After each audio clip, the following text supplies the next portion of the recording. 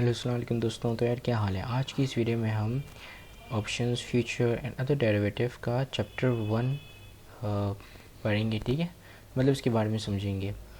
और इस वीडियो में हम मोस्टली ये डिस्कस करने वाले हैं कि क्या हिस्ट्री है, ठीक है, डेरिवेटिव्स की, एक्सचेंज ट्रेडेड मार्केट क्या होती है, ओवर द काउंटर मार्केट क्या होती है, ठीक है, ओवर द काउंटर OTC, ठीक है। और उसके अलावा ये डिस्कस करेंगे, इनका कंपैरिजन करेंगे कि कौन सी मार्केट जो है ज़्यादा ह्यूज है, ठीक है, डेरिवेटिव्स कहाँ से आए, उसकी क्या डेफिनेशन है। तो आज की इस वीडियो में हम सोली ये इन्हीं चीज़ों के ऊपर ही डिस्कशन हमारा आज का होगा, ठीक है। मैं कहना ये चाह रहा था कि ये तो मतलब पूरा चैप्टर नहीं है, ठीक है। तो मैं दूसरी वीडियोस भी बनाऊंगा जो कि ये पूरा चैप्टर को कंप्लीट करेंगी, ठीक है। यानी कि अब ये वीडियोस पार्ट्स में आने वाली है, ठीक है। मैंने चैप्टर 1 को जो है पार्ट्स में वो डिस्ट्रीब्यूट कर दिया है, ठीक है। ये चैप्टर 1 के 3 पार्ट्स होंगे, पार्ट 1, पार्ट 2 एंड पार्ट 3, ठीक है। तो जिसमें मैं डिफरेंट जो है टॉपिक्स से हम जो है वो डिस्कस करेंगे, ठीक है। तो हम सबसे पहले आ जाते हैं हिस्ट्री ऑफ डेरिवेटिव्स पर, ठीक है। अब देखो, in the last 40 years derivatives have become increasingly important in finance, ठीक है। ये लास्ट 40 ईयर्स में काफ़ी जो है इनकी अहमियत, एक तरह से अगर हम कहें तो इनकी अहमियत काफ़ी बढ़ गई, ठीक है। अब अगर हम आज की बात करें तो ये काफ़ी कॉमनली इस्तेमाल किए जाते हैं, ठीक है। ये स्टॉक्स के अगेंस्ट भी इस्तेमाल किए जाते हैं, ठीक है। और ये जो है वो हम जो है किसी इवेंट्स के अगेंस्ट भी इस्तेमाल करते हैं, ठीक है। ये मैं आपको आगे समझाऊंगा, अभी आपको इतना कंफ्यूज होने की ज़रूरत नहीं है, ठीक है। ये इसलिए आए, ये जो डेरिवेटिव्स हैं ये इसीलिए आए क्योंकि पहले ज़माने में ये होता था कि प्राइसेस काफ़ी फ्लक्चुएट होती थी, ठीक है, वो स्टेबल नहीं रहती थी, ठीक है। प्राइसेस किसकी प्राइसेस में की बात कर रहा हूँ मैं, कमोडिटीज़ की प्राइसेस की बात कर रहा हूँ, ठीक है। जैसे ग्रेन हो गया, आटा हो गया, वीट हो गई, ये, ठीक है। तो इनके प्राइसेस जो है वो, क्योंकि ये फार्मर ग्रो करते थे और ये आगे जाके मार्केट में सोल्ड करते थे, तो वो सब अपनी अपनी प्राइस रख देते थे, ठीक है। वो कहता था कि भाई मैं इतनी प्राइस में बेचूंगा, वो इतनी प्राइस में बेचेगा। क्योंकि अब ये हम बात करें बहुत ही पुराने इराक की, ठीक है। इराक का मतलब समझते हैं ना आप, ज़माना पुराने ज़माने की बात कर रहे हैं हम, ठीक है। तो मर्चेंट्स और फार्मर के दरमियान जो हमेशा अक्सर क्लैश रहा करता था, ठीक है। तो अब क्लैश रहा करता था क्योंकि प्राइसेस स्टेबल नहीं होती थी, तो उन्होंने जो है इसका ये सॉल्यूशन निकाला कि इन्होंने कॉन्ट्रैक्ट्स निकाल दिए, ठीक है। और जिस कॉन्ट्रैक्ट की मदद से मर्चेंट्स जो है वो एक फिक्स्ड प्राइस पे, एक लॉक्ड प्राइस पे उनसे सामान परचेज कर सकते थे, ठीक है, इन फ्यूचर डेट। तो ये था हमारी हिस्ट्री, ठीक है। हमने थोड़ी सी हिस्ट्री पढ़ ली, वैसे तो ये काफ़ी डिटेल में है, लेकिन I just have explained it in very brief manner, ठीक है। अब ये इतने कॉमनली यूज़ होते हैं कि जो भी फाइनेंस में या फाइनेंस में नहीं है, ठीक है, उन सबको इसकी अंडरस्टैंडिंग होनी चाहिए कि ये होते क्या हैं, ठीक है। अब ये 3 तरह के होते हैं, एक होते हैं ऑप्शंस, दूसरे होते हैं स्वाप्स, और तीसरे होते हैं हमारे पास फॉरवर्ड्स या फ्यूचर्स, ठीक है। और इनके बारे में भी हम डिटेल डिस्कशन करेंगे, ठीक है। वेदर यू लव डेरिवेटिव और hate them, you can not ignore them, ठीक है। सो अब देखो, इस लाइन का मतलब ये है कि ये जो डेरिवेटिव है वो डेरिवेटिव की जो मार्केट वो इतनी ह्यूज है कि आप उसको इग्नोर नहीं कर सकते हो, ठीक है। ये इनकी जो डेरिवेटिव की मार्केट मनी मार्केट से भी ह्यूज है, डेरिवेटिव की मार्केट स्टॉक मार्केट से भी ह्यूज है, डेरिवेटिव की मार्केट कमोडिटी मार्केट से भी ह्यूज है, ठीक है। आप इसको, इस डेरिवेटिव का फ़ायदा लेकर आप जो है वो नॉर्मल ट्रेड से ज़्यादा पैसे कमा सकते हैं, ठीक है, ज़्यादा प्रॉफिट अर्न कर सकते हो, ठीक है। तो जिसकी वजह से ये लाइन मैंने बुक से एक्सट्रैक्ट की है, जिसकी वजह से इसमें लिखा हुआ है कि you can not ignore these derivatives, ठीक है। So it all started when there was a high fluctuating in the price of the market where farmers and merchandise usually remain in the conflicts, ठीक है। तो derivatives used to stabilize the volatility, ठीक है। volatility किसको कहते हैं, fluctuations को, ठीक है। जो हाई और लो जो प्राइसेस होती रहती हैं कमोडिटी या स्टॉक्स की, ठीक है, तो उसको हम वॉलीटिलिटी कहते हैं। आप कहते हैं ना कि मार्केट बहुत ही वॉलेटाइल है, इसका मतलब क्या है, फ्लक्चुएट कर रही है, काफ़ी ज़्यादा स्पीड में फ्लक्चुएट कर रही है, ठीक है। उसकी जो फ्लक्चुएशन है वो काफ़ी ज़्यादा, मतलब काफ़ी स्पीड में है, ठीक है। तो जिसकी वजह से हम कहते हैं कि हाईली वॉलेटाइल है। अब दूसरा होता है लो वॉलेटाइल, ठीक है, यानी कि इतना ज़्यादा फ्लक्चुएशन नहीं हो रही, ठीक है, मार्केट में। तो बेसिकली इनका काम क्या होता है डेरिवेटिव्स का, डेरिवेटिव जो है ये ट्रांसफ़र कर देते हैं रिस्क को ओरिजिनल लैंडर्स से ओरिजिनल और इन्वेस्टर्स के पास, ठीक है। यानी कि अगर मैं पैसे लैंड करता हूँ किसी को तो मैं चिल होके बैठ सकता हूँ कि भाई मुझे कोई ज़रूरत नहीं है, मैंने कोई रिस्क लिया ही नहीं हुआ, अगर लॉस होगा किसका होगा, इन्वेस्टर का होगा, ठीक है, मेरा नहीं होगा। तो डेरिवेटिव इसलिए यूज़ होते हैं ताकि वो ट्रांसफ़र कर दे रिस्क को from the lender to the investor, ठीक है। और इन्वेस्टर को क्या मिलता है, जाहिर सी बात है investor makes money, investor earns profit, ठीक है, या रिटर्न कह लो, ठीक है, रिटर्न ऑन इन्वेस्टमेंट, ROI, ठीक है, इन्वेस्टर गेट्स ROI, ठीक है, इस तरह आप कह सकते हैं। अब हम जानते हैं कि भाई डेरिवेटिव्स होते क्या हैं, ठीक है, व्हाट आर दी डेरिवेटिव्स, ठीक है। अब इसकी एक सिंपल डेफिनेशन लिखी है, derivative can be defined as a financial instrument, ठीक है, इसको आप कहते हो financial, these are the financial instrument, ठीक है, जैसे आपका बिल ऑफ एक्सचेंज है, ठीक है, चेक है, ठीक है, promissory note, these all are financial instrument. इसी तरह ये भी एक फाइनेंशियल इंस्ट्रूमेंट है या फाइनेंशियल प्रोडक्ट है, ठीक है, whose value is derives from one or more underlying variables, ठीक है, बाज़ लोग इसको एसेट्स भी बोलते हैं, ठीक है, but it's variables in actual, ठीक है। अब डेरिवेटिव्स हर वो कॉन्ट्रैक्ट को कहते हैं जिसकी जो वैल्यू है वो एक अंडरलाइनिंग एसेट से ड्राइव होती है, ठीक है। ड्राइव होती है क्या मतलब कि वो लिंक्ड होती है, उससे बैक्ड होती है, रिलेट करती है, ठीक है। अब रिलेट इन अ सेंस किस तरह करती है कि जब भी उस एसेट की प्राइस इन्हेंस्ड होती है यानी कि इंक्रीज्ड होती है, तो हमारे जो डेरिवेटिव कॉन्ट्रैक्ट है उसकी भी वर्थ बढ़ जाती है, ठीक है। कैसे बढ़ती है, फॉर एग्जांपल अगर एक एसेट है उसका मैं कॉन्ट्रैक्ट लेकर आऊँ, ठीक है। अब कॉन्ट्रैक्ट किस तरह से होता है कि भाई मैं फ्यूचर डेट पे ये एसेट आपसे ख़रीदूंगा लेकिन इस प्राइस में ख़रीदूंगा जो कि कॉन्ट्रैक्ट पे लिखी हुई है, ठीक है, उसको बेसिकली हम कहते हैं स्ट्राइक प्राइस, ठीक है। और जो एक्चुअल प्राइस होती है मार्केट में उसको हम कहते हैं स्पॉट प्राइस, ठीक है।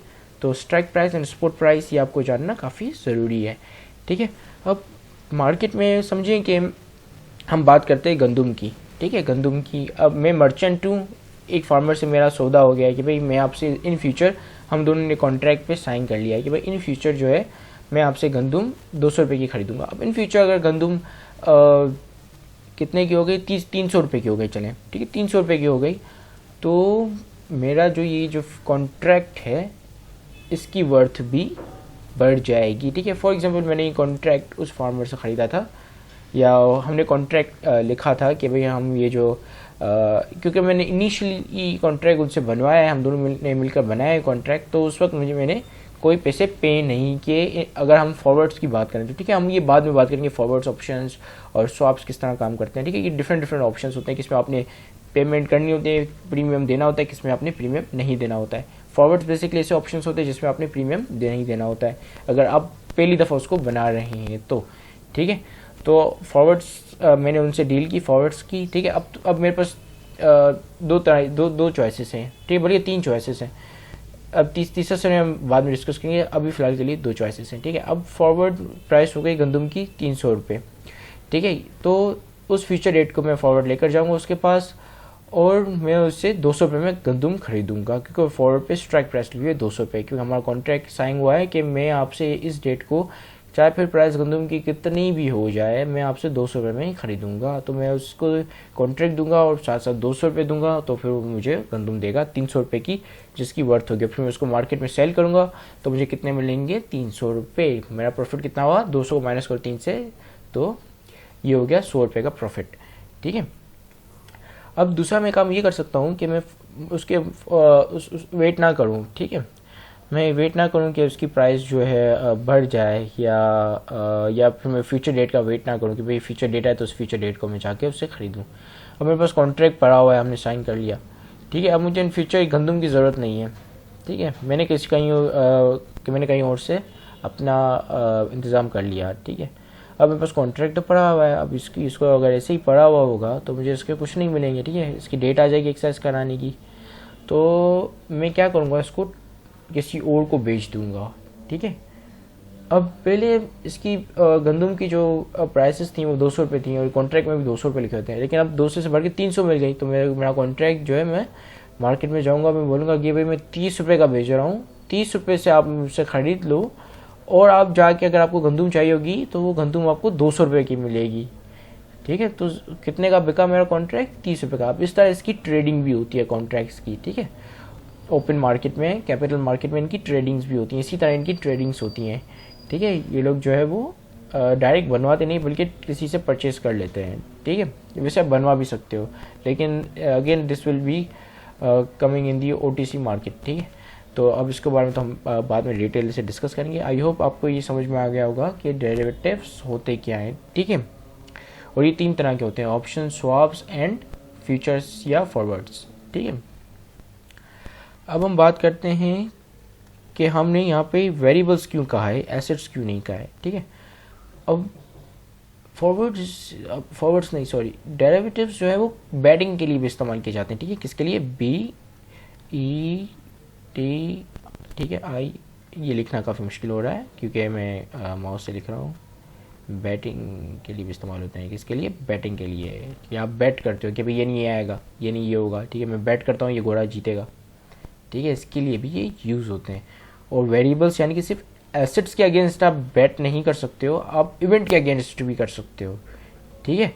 यानी कि मैं बैट करता हूँ, मैंने कोई ऐसा मैंने डेरिवेटिव ले लिया, ठीक है, फॉरवर्ड ले लिया कि भाई वो क्या कहते हैं, नेक्स्ट ईयर, अगले 8 महीने के अंदर ये डिज़ास्टर नहीं होगा, फ्लड नहीं आएगा, ठीक है। मैंने इसके अगेंस्ट जो है वो बैट लगा ली कि फ्लड नहीं आएगा, ठीक है, फॉर डेरिवेटिव का इस्तेमाल करते हुए। तो अगर फ्लड आ गया तो इसका मतलब कि आई विल लूज़ मनी, और अगर फ्लड नहीं आया that's mean that I am going to gain return on investment, ठीक है। अब ये किस तरह करते हैं, ये इसको हम कहते हैं कैट बॉन्ड्स, ठीक है। अब आप कैट बॉन्ड्स के अगेंस्ट भी एक और डेरिवेटिव का इस्तेमाल करते हो, इसके अगेंस्ट भी बेट लगा सकते हो, ठीक है। यानी कि आप बेट लगा रहे हो कि डिज़ास्टर आएगा, ठीक है। जब अगर डिज़ास्टर आया तो आपको पैसे मिलेंगे, ठीक है। अभी कैट बॉन्ड्स या catastrophe bonds are used to bet against the disaster and it's a derivative, ठीक है। ये डेरिवेटिव है, so we do not use derivative for asset only, it can be an event, जिसकी वजह से हमने यहाँ पे इसको एज अ वेरिएबल बोला है, हमने इसको एसेट नहीं बोला है, क्योंकि ये आप जो है इवेंट के अगेंस्ट भी बैट कर सकते हो, ठीक है। So betting against the disaster for some interest is like investing in the tranche of insurance policies, and you will lose if the disaster will happen because your money would be used for reconstructions, and their returns are forced from the market risk. This is free from the market risk as well as changes in the financial policies on interest rates, ठीक है। तो cat bonds basically government issue करती है, ठीक है। ये bonds होते हैं जिसको अगर आपने ख़रीद लिया तो इन पे कोई कोटेड परसेंटेज होती है कि इस परसेंटेज के अगेंस्ट आपको जो है मंथली पेमेंट या मंथली रिटर्न मिलेगा, ठीक है। ये बेसिकली ट्रांचेस होती हैं इंश्योरेंस पॉलिसीज़ की, ठीक है। यानी कि लोग जो कि अपने अपने तरह इंश्योरेंस करा लेते हैं कि भाई मैंने बिल्डिंग का इंश्योरेंस करा लिया, किसी ने जो है अपने फार्म का इंश्योरेंस करा लिया, किसी ने अपनी फैक्ट्री का इंश्योरेंस करा लिया। तो ये इंश्योरेंस गवर्नमेंट के अलावा ये इंश्योरेंस कंपनीज भी कैट बॉन्ड्स देती हैं, ठीक है। तो ये इंश्योरेंस कंपनीज ने क्या किया है, तमाम जो इंश्योरेंस है इनके बॉन्ड्स बना लिए, ताकि अब जो है अगर लॉस हो तो हमें ना हो बल्कि इन्वेस्टर्स को हो, ठीक है। अब फॉर एग्जांपल मैंने कैट बॉन्ड एक परचेज़ कर लिया, ठीक है। अब कल परसों अगर किसी की बिल्डिंग गिर जाती है और उसकी वो जाके इंश्योरेंस पॉलिसी क्लेम करता है, तो कैट बॉन्ड से जो आए हुए पैसे थे वो उनमें से उनकी जो है वो फुलफिलमेंट करेगा, ठीक है। यानी कि उनकी जो है भरपाई करेगा जो भी उनका खर्चा वगैरह आएगा बिल्डिंग की रिकन्स्ट्रक्शंस में, ठीक है। अब इसी तरह ही अगर सुनामी आ जाता है या वेदर ख़राब हो जाता है, ठीक है, और मैंने गवर्नमेंट से कैट बॉन्ड परचेज़ किया है, ठीक है, तो क्या होगा कि कैट बॉन्ड से जितने पैसे मतलब जिन जिन लोगों ने कैट बॉन्ड परचेज़ किया होगा तो उससे जितने पैसे होंगे उन पैसों से रिस्ट्रक्शन मतलब उसकी जो है रिकन्स्ट्रक्शंस होंगी, ठीक है।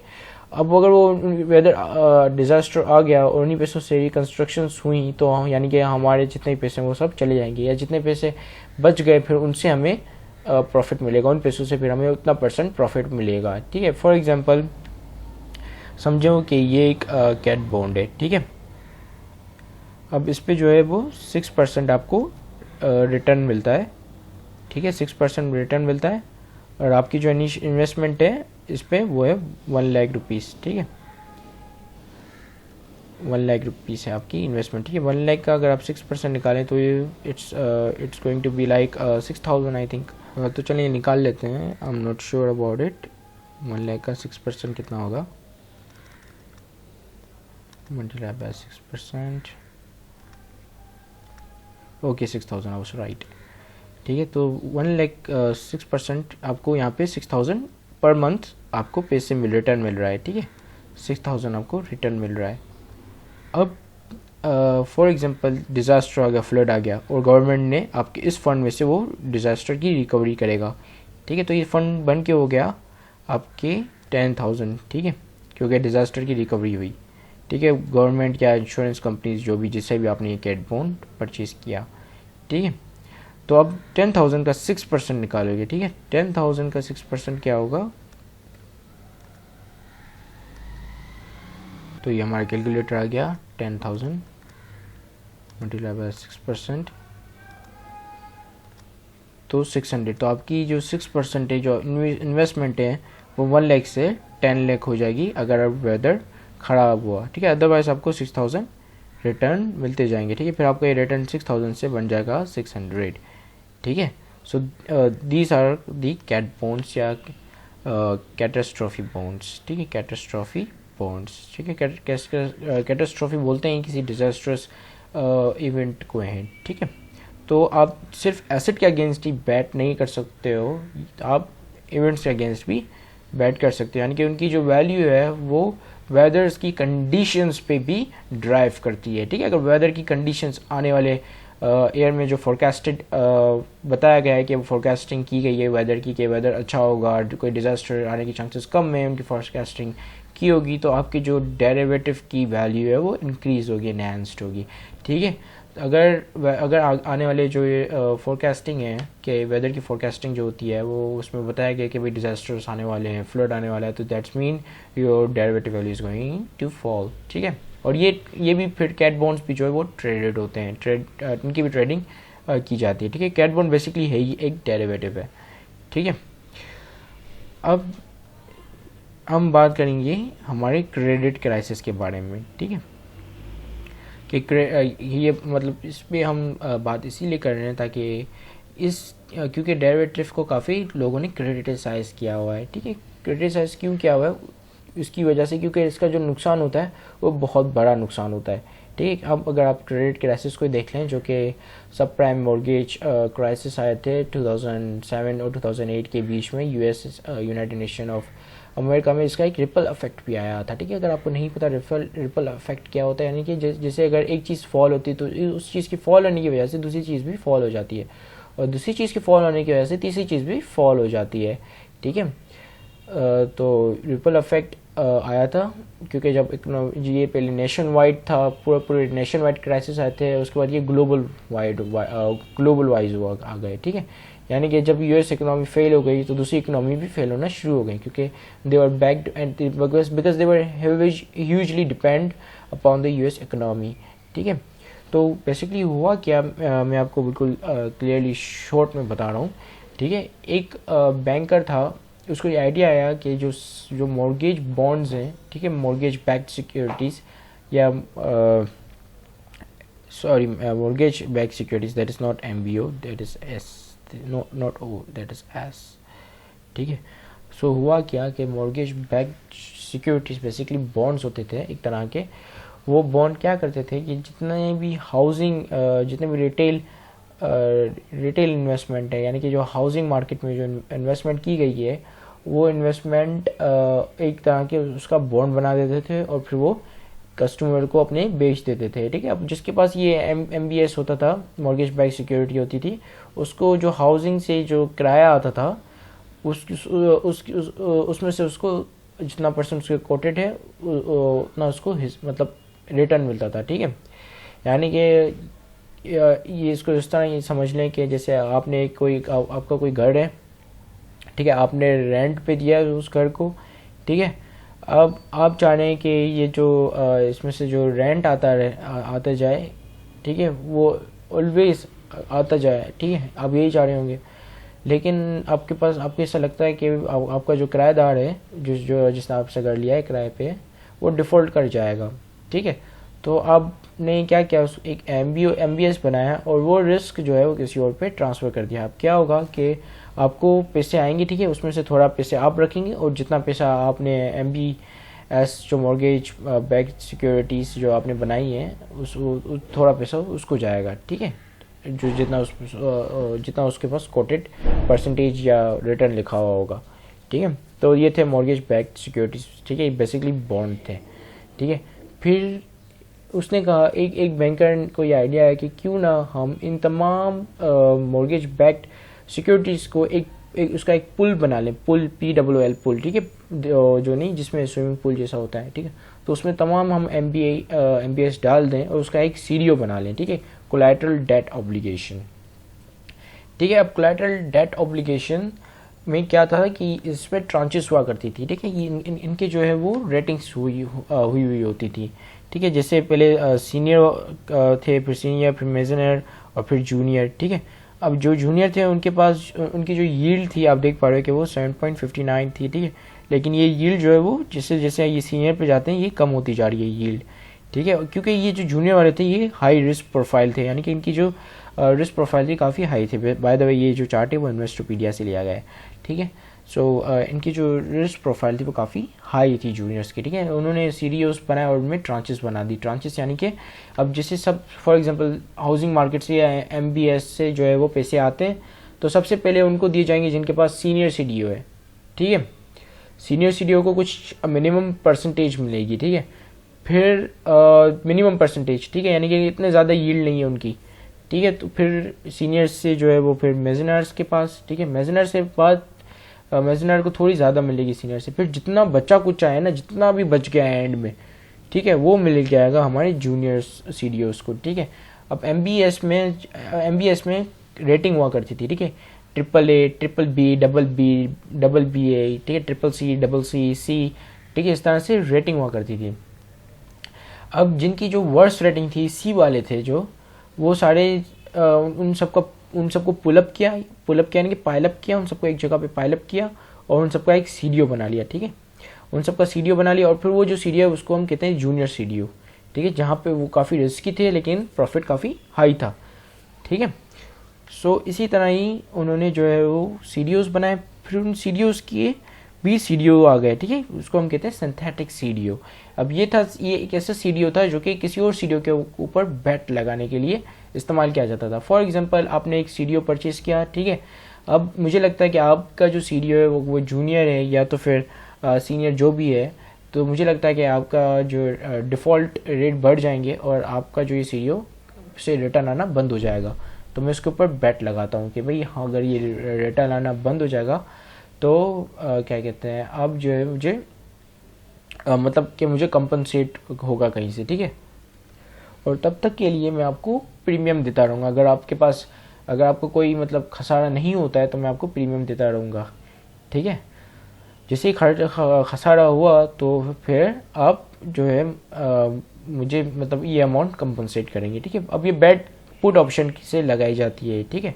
अब अगर आपको पता नहीं होगा, पुट ऑप्शन या स्वैप से लगाई जाती है, ठीक है, ऐसी बेट, ठीक है। पुट ऑप्शन से यानी कि आपके पास ये CDO है, ठीक है, आपके पास CDO है और या आपके पास ये CDO है, ठीक है, और आपने किसी से पुट ऑप्शन ले लिया और उसको पैसे देते जा रहे हो और फिर जब ये आपका ये जो CDO है वो उसकी जो वर्थलेस हो जाएगी तो आप पुट ऑप्शन का इस्तेमाल करते हो वो CDO बेच सकते हो किसी को, और वो बंदा आपसे ये CDO खरीदेगा, हर सूरत में खरीदेगा उसकी, कि वो ऑब्लाइज्ड होगा, ठीक है।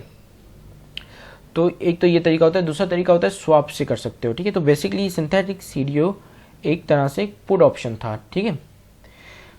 फिर आते हैं हमारे पास क्रेडिट डिफ़ॉल्ट स्वैप्स, ठीक है। क्रेडिट डिफ़ॉल्ट स्वैप्स, अब कुछ ऐसे लोग थे जिनको पता था कि भाई ये मार्केट जो है वो कोलैप्स करने वाली है, ठीक है।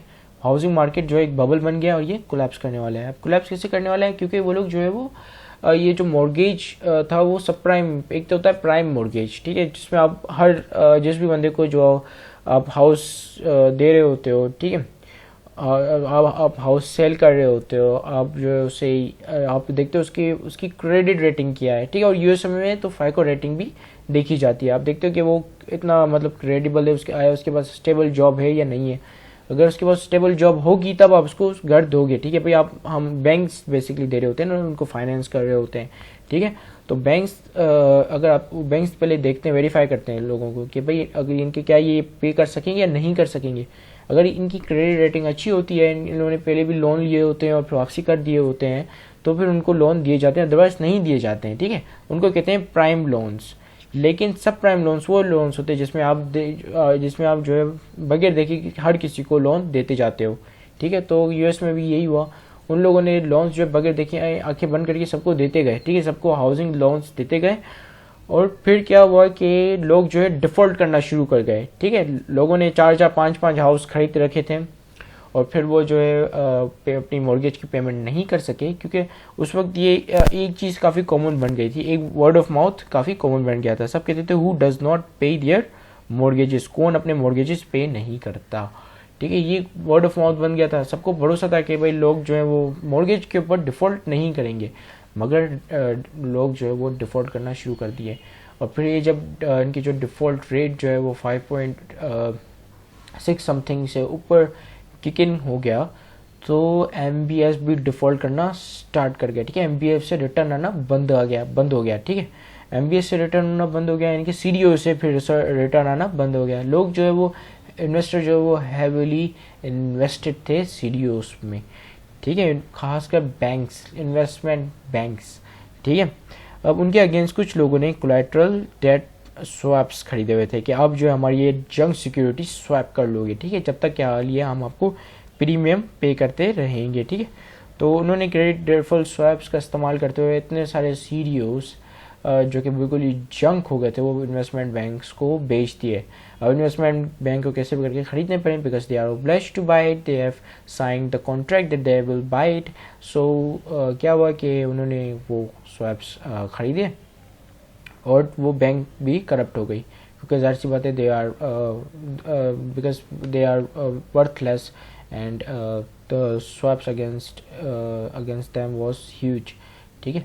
तो जिसकी वजह से वो लोग बैंक करप्ट हो गए। और अगर वो बैंक करप्ट होने भी वाले थे तो बहुत सारी बैंक्स को जो है वो उन्होंने गवर्नमेंट ने या फेडरल रिजर्व में बेल आउट कर लिया, लेकिन एक बैंक है जिसको बेल आउट नहीं किया हुआ है, लीमन ब्रदर्स, जिसकी हम केस स्टडी पढ़ेंगे at the end of this lecture, ठीक है। तो ये थे हमारे क्रेडिट क्राइसिस। और आप देख पा रहे हो कि इतना बड़ा रिसेशन आ गया यूएस इकोनॉमी में, हाउसिंग क्राइसिस आ गए सिर्फ इन डेरिवेटिव्स का इस्तेमाल करते हुए। तो ये derivatives, these derivatives can be very dangerous, ठीक है।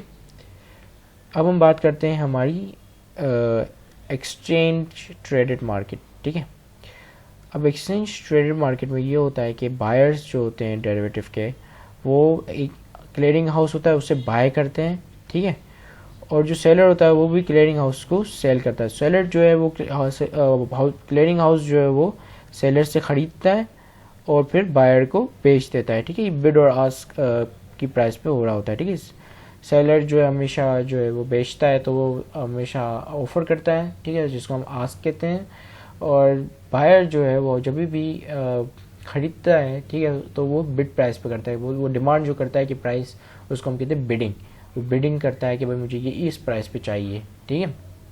तो बेसिकली आस्क और बिड ये मार्केट की प्राइसिंग सेट कर रहे होते हैं, ठीक है। अगर आपको इंस्टेंट परचेज करना है तो आप जो है वो आस्क पे परचेज करते हो, और अगर आपको इंस्टेंट सेल करना है कि उसी वक्त ही बस ऑन द स्पॉट सेलिंग करनी है तो आप बिड पे सेलिंग करते हो, ठीक है। अब हम बात करते हैं कि भाई derivative can be exchange traded. Exchange traded पे भी ये डेरिवेटिव जो है ट्रेड होते हैं, ओवर द काउंटर पे भी, ओटीसी मार्केट पे भी ट्रेड होते हैं, ठीक है। Clearing house act as a counter party, thus ensures the payment even if either buyers or seller defaults. Anyone can make the transaction, so there is lot of regulation, thus minimizing fraudulent deals, ठीक है। अब यहाँ पर ये होता है कि चूंकि क्लियरिंग हाउस बीच में as a middle man act कर रहा है, तो बायर्स और सेलर को ये घबराने की ज़रूरत नहीं होती है कि भाई सेलर अगर डिफ़ॉल्ट कर गया तो मैं क्या करूँगा, ठीक है, मुझे पेमेंट कहाँ से आएगी, या बायर डिफ़ॉल्ट कर गया तो मुझे पेमेंट कहाँ से आएगी, ठीक है। तो पेमेंट्स यहाँ पे लफड़े नहीं होते, ठीक है, क्योंकि क्लियरिंग हाउस होता है वो खुद ही चीज़ें हैंडल कर रहा होता है, ठीक है। वो सेलर से जो है वो परचेजिंग कर रहा होता है, ठीक है, क्योंकि अब बायर जो वो डायरेक्ट सेलर से परचेज नहीं कर रहा, बायर जो है वो किसी क्लियरिंग हाउस से परचेज कर रहा है, ठीक है। और सेलर जो है डायरेक्ट बायर को सेल नहीं कर रहा, बायर वो किसको सेल कर रहा है, वो क्लियरिंग हाउस को सेल कर रहा है, ठीक है। तो क्लियरिंग हाउस जो है एज अ काउंटर पार्टी यहाँ पे एक्ट कर रहा होता है, ठीक है। तो जिसकी वजह से दोनों पार्टीज जो हैं वो श्योर हो जाते हैं कि भाई पेमेंट और रिसीविंग दोनों चीज़ें होंगी, हर सूरत में होंगी, और यहाँ पे डिफ़ॉल्ट के चांसेस नहीं है, ठीक है। क्योंकि इनको क्लियरिंग हाउस पेमेंट और रिसिप्ट और पेमेंट का काम क्लियरिंग हाउस कर रहा होता है, ठीक है। अब ये हाईली रेगुलेटेड होती हैं क्योंकि कोई भी आके यहाँ पे ट्रेडिंग कर सकता है, और ये क्लियरिंग हाउस है, ठीक है। तो ये हाईली रेगुलेटेड होता है, तो यहाँ पे जो है फ्रॉडुलेंट के चांसेस काफ़ी कम होते हैं, ठीक है। अब हम जानेंगे एक्सचेंज ट्रेडेड मार्केट की या डेरिवेटिव्स की थोड़ी बहुत हिस्ट्री, ठीक है। Derivative exchanges have existed for a long time, like Chicago Board of Trade, established in 1848. Then another was established by the name of Chicago Mercantile Exchange in 1919. ठीक है।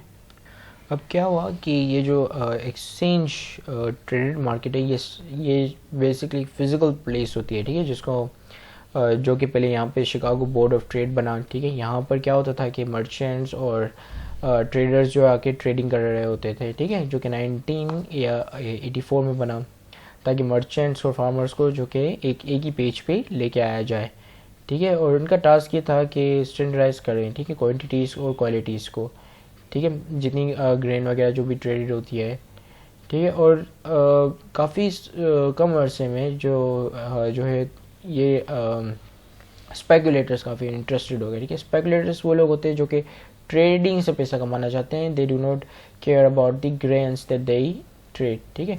तो instead of just buying and selling the grains, they just buy and sell their futures और options और derivatives, ठीक है। तो वो लोग ग्रेन की ट्रेडिंग करने से अच्छा है कि इनके फ्यूचर्स को उसके फ्यूचर की ट्रेड करो, ठीक है। तो ये लोग वो करते थे। इसके बाद कुछ ही अरसे के बाद जो है वो शिकागो मर्सेंटाइल एक्सचेंज खुल गया, ठीक है, जो कि 1919 में स्टैब्लिश हुआ, जैसे आपको पता है, यहाँ ओरिजिनल स्लाइड पे भी मेंशन किया हुआ है, ठीक है। और फिर ये जो है काफ़ी कॉमन प्रैक्टिस हो गई और पूरी दुनिया में जो कि काफ़ी मशहूर हो गई और सब इस कॉमन प्रैक्टिस को करते थे, ठीक है।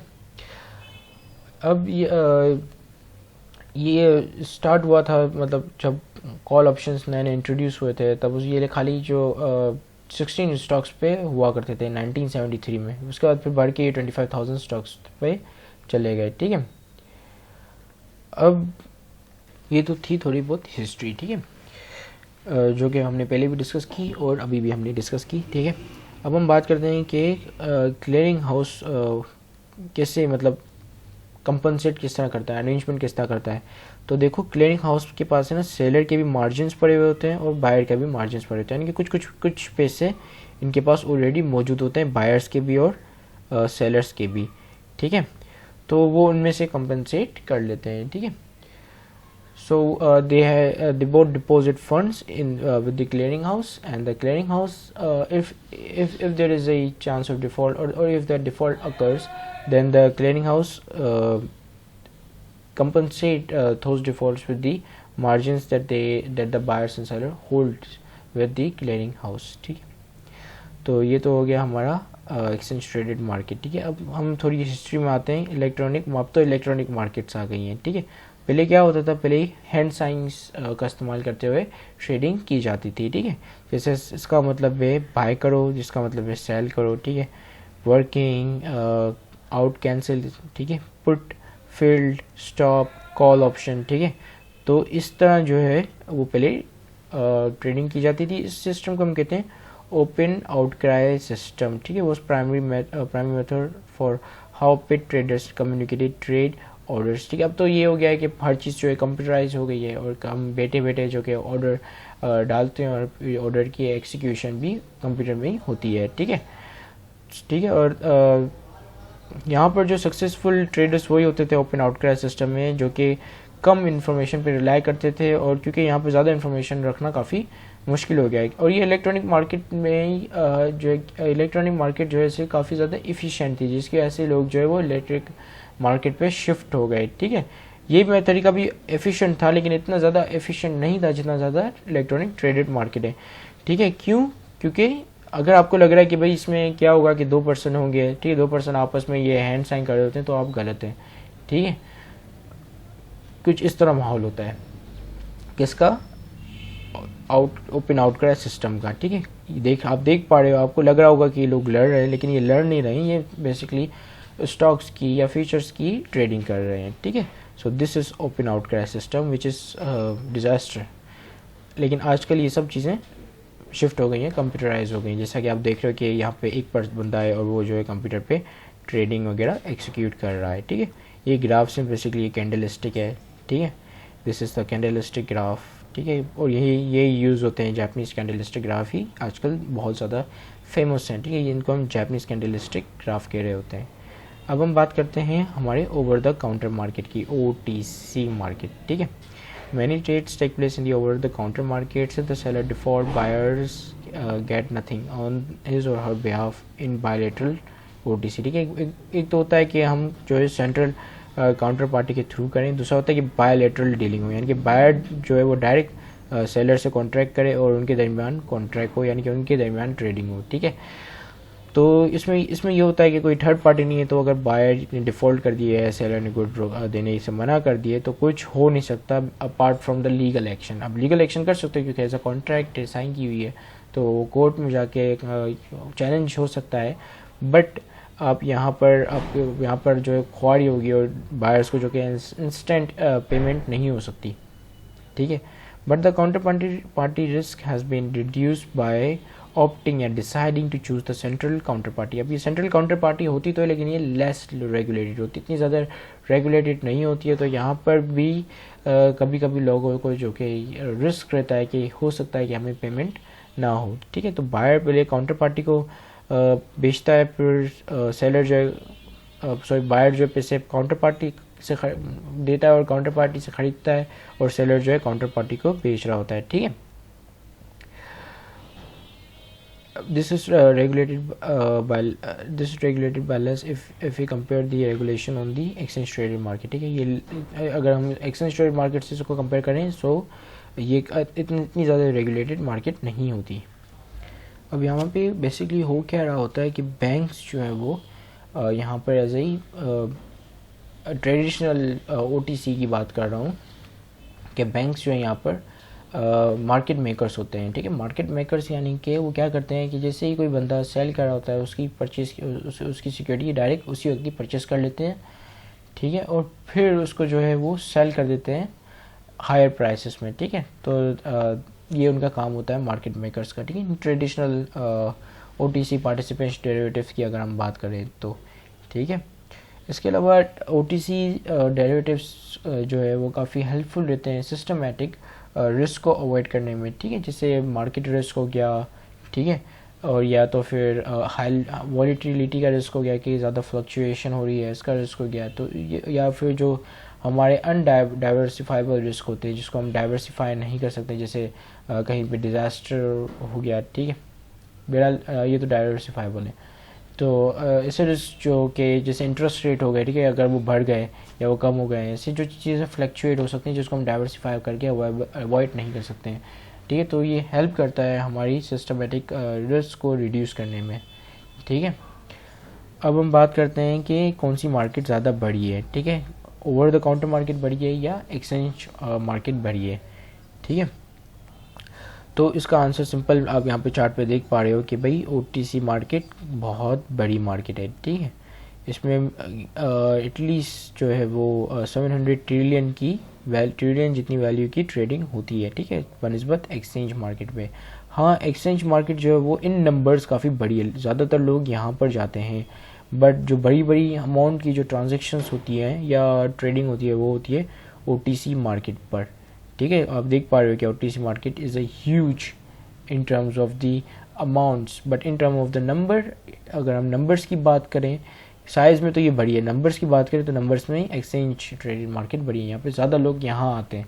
ठीक है, यहाँ से बड़ी बड़ी बैंक्स, बड़ी बड़ी कंपनीज इसी OTC मार्केट पे जाती हैं। ठीक है, बट आजकल तो ये कॉमन हो गया है क्योंकि IQ ऑप्शंस आ गए हैं, आपके एक्सपर्ट ऑप्शंस और पता नहीं क्या क्या निकाल दिया है। ठीक है, they where you can OTC trade. ठीक है, so when a CCP stands between the sides in the OTC, ठीक है, CCP that is central what was that? Central counterparty. Yeah, CCP, that is central counterparty, stands between two sides in the OTC transaction. Two transactions are considered to be created for the purpose of the BIS statistics. ठीक है. So हमने यहाँ पे market size compare किया. So we know that OTC market are huge as compared to the exchange traded market. अब हम बात करते हैं कि ये सिस्टमेटिक रिस्क को रिड्यूस कैसे करती हैं. ठीक है, आप सोच रहे हो कि मैंने नाम लिया भाई सिस्टमेटिक रिस्क को रिड्यूस करती हैं. ठीक है, अब अनसिस्टमेटिक रिस्क क्या होता है? जैसे अगर डिजास्टर्स आ गए, ठीक है, कोई बिल्डिंग तबाह हो गई, अब जिस कंपनी का आपने स्टॉक परचेस किया था, पता चला कि भाई उस कंपनी का CEO पागल हो गया या वो कंपनी जल गई, दैट इज़ अनसिस्टमेटिक रिस्क, जो कि अब डाइवर्सिफाइबल होते हैं. अगर आप डाइवर्सिफाइड सिक्योरिटीज़ में या कंपनीज में इन्वेस्ट करें तो आपका ये रिस्क ऑटोमेटिकली अवॉइड हो जाता है. ठीक है, अब आते हैं मैंने अभी बात की अनसिस्टमेटिक रिस्क की. अब आता है हमारा सिस्टमेटिक रिस्क. अब क्या होता है, ओवर द काउंटर मार्केट में ही बैंक्स जो है वो ह्यूजली या हैवली जो कि रिलाई कर रही होती हैं एक दूसरे के ऊपर, क्योंकि उनकी OTC कॉन्ट्रैक्ट डीलिंग या ट्रांजेक्शंस हुई होती हैं. ठीक है, तो ये होता है कि अगर बैंक ए फेल हो जाती है, रिपल इफेक्ट, जैसे मैंने आपको पहले बताया कि रिपल इफेक्ट आ रहा होता है. जैसे अगर OTC मार्केट में या किसी के डेरिवेटिव की डीलिंग्स में एक बैंक फेल हो गई तो उसका अफेक्ट आएगा दूसरी बैंक पे, दूसरी बैंक का अफेक्ट आएगा तीसरी बैंक पे. अब अगर तमाम बैंक्स फेल हो जाती हैं तो ये तो काफ़ी ज़्यादा बहुत ही बड़ा डिजास्टरस सिचुएशन होगी एक इकोनॉमी या कंट्री के लिए. तो क्या होता है कि गवर्नमेंट आके बेल आउट करता है. यहाँ पर जो है कि गवर्नमेंट इंटरवीन करता है और फिर वो बैंक्स को जो है बेल आउट करता है. ठीक है, बेल आउट पैकेजेस दे रहा होता है. जैसे 2008 में हुआ था कि कितनी सारी, सिर्फ लीमन ब्रदर नहीं, इतनी सारी बैंक्स जो है वो खसारे में चले गई थी, बैंकक्रप्ट हो गई थी. बैंक्स बैंकक्रप्ट हो गई थी. फनी है ना, बैंक्स बैंकक्रप्ट हो गई थी. तो तमाम बैंक्स को गवर्नमेंट ने उनकी जो टॉक्सिक एसेट्स हैं, टॉक्सिक सिक्योरिटीज़ हैं, जो कि जंक सिक्योरिटीज़ आपको कहो, worthless MBS CDOs, worthless securities, उनको फेडरल रिजर्व ने नए क्वांटिटेटिव ईजिंग की, नए पैसे प्रिंट किए. ठीक है, इकोनॉमी में इंजेक्शंस किए और उन नए पैसे जो प्रिंट किए थे उससे वो टॉक्सिक सिक्योरिटीज़ खरीद ली और बैंक को बैंकक्रप्ट होने नहा दिया. ठीक है, उनको बेल आउट कर लिया, उनको बेल आउट पैकेजेस दिए. लेकिन लीमन ब्रदर्स को नहीं दिया. वो क्यों नहीं दिया वो हम पढ़ेंगे. ठीक है, डिटेल में. बड़ी इंटरेस्टिंग स्टोरी है, बहुत मज़ा आएगा. ठीक है, तो इसकी वजह से ये लोग जो है वो सिस्टमेटिक रिस्क काफ़ी इनका रिड्यूस हो जाता है, क्योंकि इनको पता होता है कि भाई हम फेल होंगे, दूसरा फेल होगा, दूसरा फेल होगा, तीसरा फेल होगा, और गवर्नमेंट ऐसा होने नहीं देगी. ठीक है, जिस कंट्री में हम काम कर रहे हैं वो कंट्री ऐसा करने नहीं देगी, हमें बेल आउट पैकेजेस हो जाएंगे. तो जिसकी वजह से उनको मार्केट की ऊंच नीच से, बेटा से, ठीक है, बेटा फ्लक्चुएशन को कहते हैं. ठीक है, बेसिकली कि कितना % आपका जो स्टॉक है वो मार्केट के साथ मूव हो रहा है या नहीं हो रहा. ठीक है, उसको हम उस चीज़ को हम कहते हैं बेटा. ठीक है, मार्केट के अगेंस्ट यूज़ हो रहा है या नहीं हो रहा है. अगर आपने फाइनेंशियल मैनेजमेंट पढ़ी होगी तो आपको पता होगा. बहरहाल मैंने पढ़ी है, मुझे पता है बेटा क्या होता है. ठीक है, you can search it on internet. कहाँ था मैं, तो अभी हम आते हैं हमारी लीमन ब्रदर्स की स्टोरी पे. ठीक है, जो लीमन ब्रदर का ये रखी स्टडी. ठीक है, on September 2001 Lehman Brothers filed for bankruptcy. This was the largest bankruptcy in US history and its remittance कहते हैं हमारी consequences को. ठीक है, remittance were felt throughout the derivatives market. Almost until the end, it seems as though there was a good chance that Lehman would survive. A number of companies, for example, Korean Development Bank, Barclays Bank, and the UK and the Bank of America, expressed interest in buying it, but none of these was able to close the deal. Many people thought that the Lehman was too big to fail. ठीक है, Lehman वाकई में काफ़ी big था fail होने के लिए, क्योंकि अगर ये फेल होता दूसरी कंपनी, दूसरी बैंक्स भी फेल होती हैं. ठीक है, रिपल इफेक्ट आ रहा होता. ठीक है, लेकिन दूसरी बैंक्स फेल हुई, लेकिन उनको जो है बेल आउट कर दिया गया. ठीक है, and that the US government would have to bail it out if no purchaser could be found. This proved not to be the case. ठीक है, this proved, ये important, this proved not to be the case. Lehman brothers वाले भी, उनके CEO वगैरह ये भी यही सोच रहे होंगे कि भाई अगर हम बैंकक्रप्ट भी हो गए तो गवर्नमेंट आके बचा लेगी, क्योंकि हम बैंकक्रप्ट हुए, दूसरी बैंक्स भी बैंकक्रप्ट हो गई. लेकिन उनको पता नहीं था कि गवर्नमेंट दूसरी बैंक्स को तो बचा लेगी लेकिन इनको नहीं बचाएगी. ठीक है, अब ऐसा क्यों किया गवर्नमेंट ने. ठीक है, इसका जवाब ये है कि how डिज this happen. It was the combination of high leverage, ठीक है। लेवरेज कहते हैं एक तो आपका पैसा होता है, ठीक है, एक होता है दूसरे का पैसा, एक आपका पैसा होता है, एक होता है दूसरे के पैसे से आप खेल कर उसको वापस कर देते हो उसका पैसा, दिस इज कॉल्ड लेवरेज, ठीक है। एक तरह से अगर फॉर एग्जांपल आपके पास 10 रुपये हैं, ठीक है, अगर आप 10 रुपये इन्वेस्ट करोगे तो आपको 5 रुपये मिलेंगे, लेकिन अगर आप 100 रुपये इन्वेस्ट करोगे तो आपको 50 रुपये मिलेंगे, ठीक है। तो आपने बाकी कहाँ से आएंगे आपके पास 90 रुपये, तो आपने 90 रुपये किसी से लिए, उधार लिए, and it will give you leverage of 50 rupees, यानी कि उधार लिए, पैसे इस्तेमाल किए, फिर रिटर्न कर दिए, 50 रुपये बनाए आपने, 90 रुपये रिटर्न कर दिए, ठीक है। सो उन्होंने काफ़ी हाई क्वांटिटी पे लेवरेज लिया हुआ होता। रिस्की इन्वेस्टमेंट, काफ़ी रिस्की इन्वेस्टमेंट किए होते। सीडीओस में लोगों ने मोस्टली सीडीओस बाय किए हुए थे, ठीक है, collateral debt obligations. And liquidity problems, उनके पास इतने पैसे भी नहीं थे, लिक्विड नहीं थे वो, ठीक है। Commercial banks and take deposit are subject to regulations on the amount of capital they must keep. अब चूंकि लीमन ब्रदर्स जो कि वो एज अ इन्वेस्टमेंट बैंक था और कमर्शियल बैंक नहीं था, तो उसके ऊपर इतनी रेगुलेशंस भी नहीं थी। अब क्या हुआ था कि उन्होंने जो है वो पट्टा लगाया हुआ था, पट्टा समझते हैं ना जो कुत्ते को लगाते हैं, पट्टा लगाया हुआ था उनके ट्रेजरर को या उनके जो रिस्क मैनेजर को, ठीक है, जो कि रिस्क मैनेजमेंट कर रहा होता है उसको पट्टा लगाया हुआ था, ठीक है। इवन उसको निकाल भी दिया था, क्योंकि बता रहा था कि भाई इतना रिस्क है, इतना नहीं लो, इतना वो लो, मतलब इतनी यहाँ पे इन्वेस्ट मत करो, यहाँ पे इन्वेस्ट मत करो। तो उनका सीईओ भी ऐसा ही था कि वो कोकेन लेता था, ड्रग्स लेता था, ठीक है। तो वो काफ़ी अग्रेसिवली इन्वेस्टमेंट कर रहे होते थे, हाईली रिस्की इन्वेस्टमेंट कर रहे होते, और ये काफ़ी अग्रेसिव हुए थे इसके बारे में, ठीक है। उनके जो एग्जीक्यूटिव चेयरमैन वगैरह, ठीक है, deals making the risk taking culture, उन्होंने पूरा एक कल्चर बनाया हुआ था कि भाई हम काफ़ी रिस्क टेक करेंगे, ये करेंगे, वो करेंगे, ठीक है। Every day is a battle, ठीक है, इनका ये कोड था, आप गौर से पढ़ें। Every day is a battle, you have to kill the enemy. आप ये एवरीडे हर, वो अपने एग्जीक्यूटिव को या अपने एम्प्लॉयज़ को ये कहते थे कि भाई हर दिन जो है वो लड़ाई होती है और आपको जो कि है अपने दुश्मन को मार गिराना होता है, ठीक है। ये उनका कल्चर हुआ करता था कि आपने ऐसी ऐसी इन्वेस्टमेंट करनी है, इतने पैसे बनाने, उनका टारगेट हुआ करता था कि भाई हमने रोज़ाना इतने पैसे कमाने, वो हर दिन मिलियंस में कमाते थे, ठीक है। The chief risk officer at Lehman was competent, ठीक है, उनका जो रिस्क ऑफिसर काफ़ी कॉम्पिटेंट था, लेकिन बट डिड नॉट, जैसा कि मैंने आपको बताया कि उनको पट्टा लगाया हुआ था, ठीक है। रिमूव द एग्जीक्यूशन कमेटी, और को कमेटी से भी रिमूव कर दिया 2007 में। That is taken by Lehman brothers include large positions in the instrument created from subprime mortgage, ठीक है। सबप्राइम मॉर्गेज यानी कि सीडीओ में उन्होंने इन्वेस्टमेंट की हुई थी, which will be describe in chapter 8, ये बताएंगे चैप्टर 8 में, यानी कि चैप्टर 8 में जाहिर सी बात, जब चैप्टर 8 की वीडियो बनाऊंगा तो उसमें मैं एक्सप्लेन करूंगा, ठीक है। तो जिसकी वजह से गवर्नमेंट, उनका जो कि उनको बेल आउट पैकेज भी गवर्नमेंट को काफ़ी ज़्यादा देना पड़ता, और इसके अलावा ये लोग काफ़ी अग्रेसिव रहे थे, और उन लोगों ने मतलब इलीगल एक्टिविटीज़ भी की थी, जिसकी वजह से गवर्नमेंट इनकी फेवर में नहीं था कि इनको बेल आउट किया जाए, ठीक है। बाकी इसकी वजह से जो रिपल इफेक्ट आ रहा था, जो दूसरी बैंक्स जा रही थी खसारे में, उनको गवर्नमेंट ने बेल आउट करना ज़्यादा बेहतर समझा, ठीक है। तो ये काफ़ी Lehman was very active in the over the counter derivative market. It had over A million transaction outstanding with about 800 different counterparties. Lehman counterparties were often required to post collateral, and the collateral had in many cases been used by Lehman and various purposes. It is easy to see that sorting out who owns what to whom is the type of situation in the is a nightmare, ठीक है।